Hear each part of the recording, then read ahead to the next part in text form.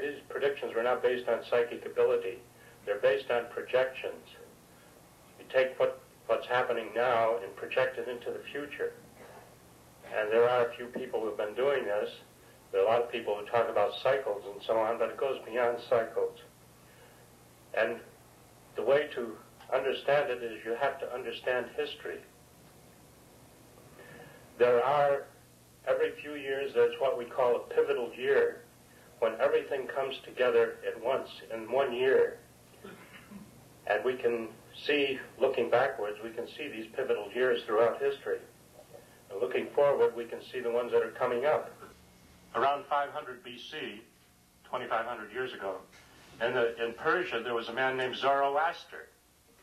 Zoroaster was talking to entities. He was talking to an entity called Mazda. Then he came up with the concept of devils and angels, which of course became the foundation for the Jewish and Christian religions. In that century, philosophy and religion all over the world changed. And yet the people in Persia had no idea that it was happening in China. People in China had no idea it was happening in India. And it was a new age. So we can say that century was a pivotal century.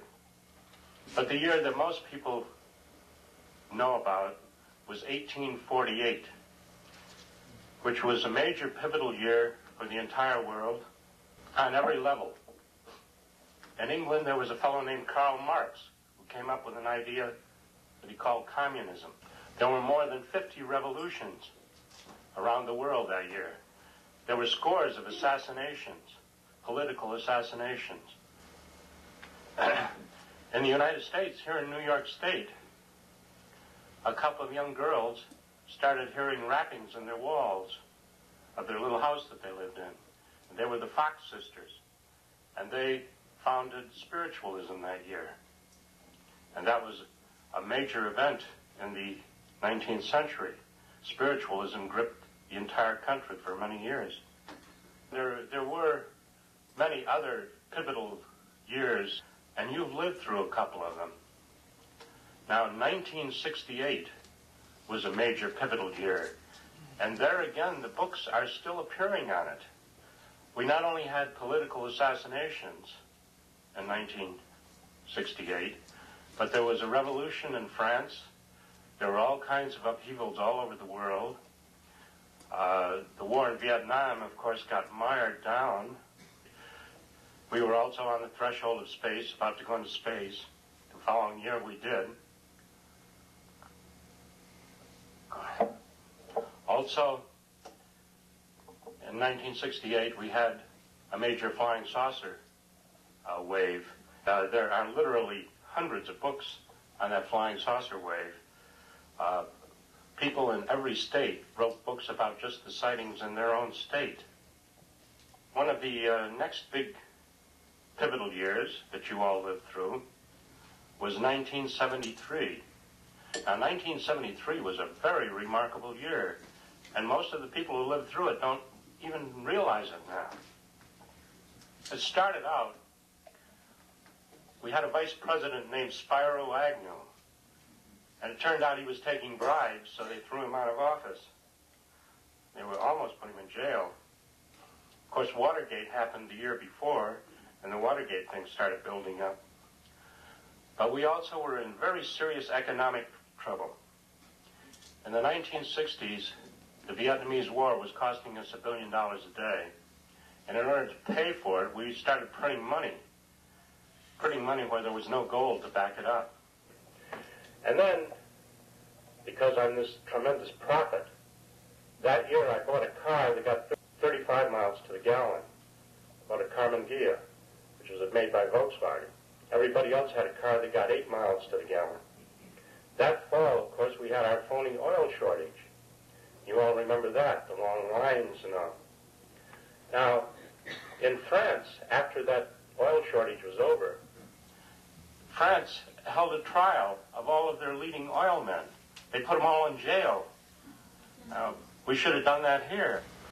Now, in October of 1973, we suddenly had a UFO wave, a major UFO wave. And for 2 weeks, the newspapers didn't carry anything else but UFO news. It was all very exciting to the UFO buffs and the Forteans who were following UFO stuff. And then the Arabs attacked Israel. Now, the newspapers and the news media here in the United States, who were all zeroed in on UFOs, and in fact, NBC had teams running around the country interviewing UFO witnesses. Suddenly the war started, and they had to divert all of their media to the war. And the news on the UFOs stopped cold. But the UFO sightings continued.